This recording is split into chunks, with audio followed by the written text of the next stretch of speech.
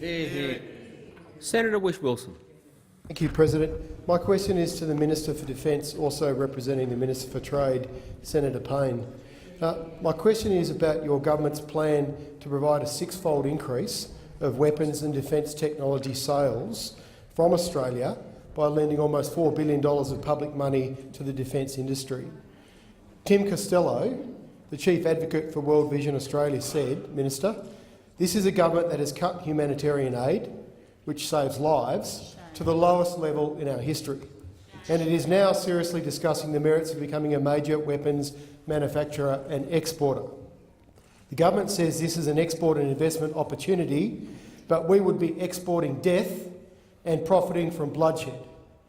Minister, do you agree with Mr Costello? And if not, why not?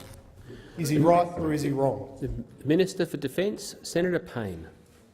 Much, Mr President, and I respectfully disagree with Mr Costello on this matter, although we have worked together in the past on a number of issues. Let me be very clear about what is in the defence export strategy, Mr President. It builds on the government's very strong defence industry policies by setting out a comprehensive system to plan, to guide, to measure defence export outcomes.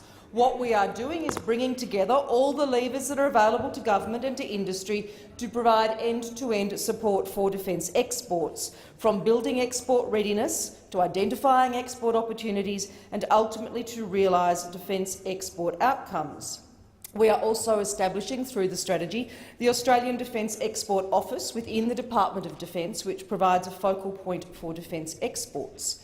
The strategy is also creating a defence export advocate, Mr President, who will support the office by providing ongoing high-level advocacy for defence exports. They will be, not yet appointed, but they will be a senior figure with strong knowledge of the Australian defence industry. So what we have committed to, Mr President, and I emphasise that this is all structured within the Defence Trade Control System, which already applies strongly to what we do, and we observe our obligations under that Senator system. Payne. Senator Whish-Wilson on a point of order. Order about relevance, President. I have waited to over halfway through the minister's response. I asked order.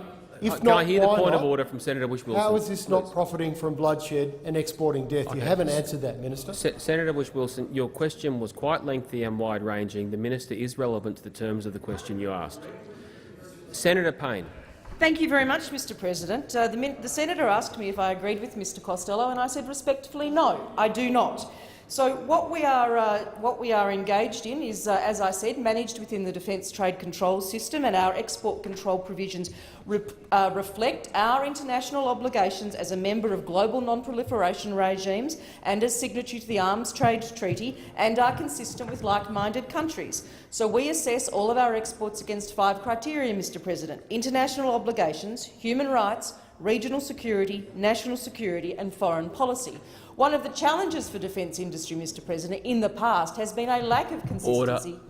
Time for the answer has expired. Senator Whish-Wilson.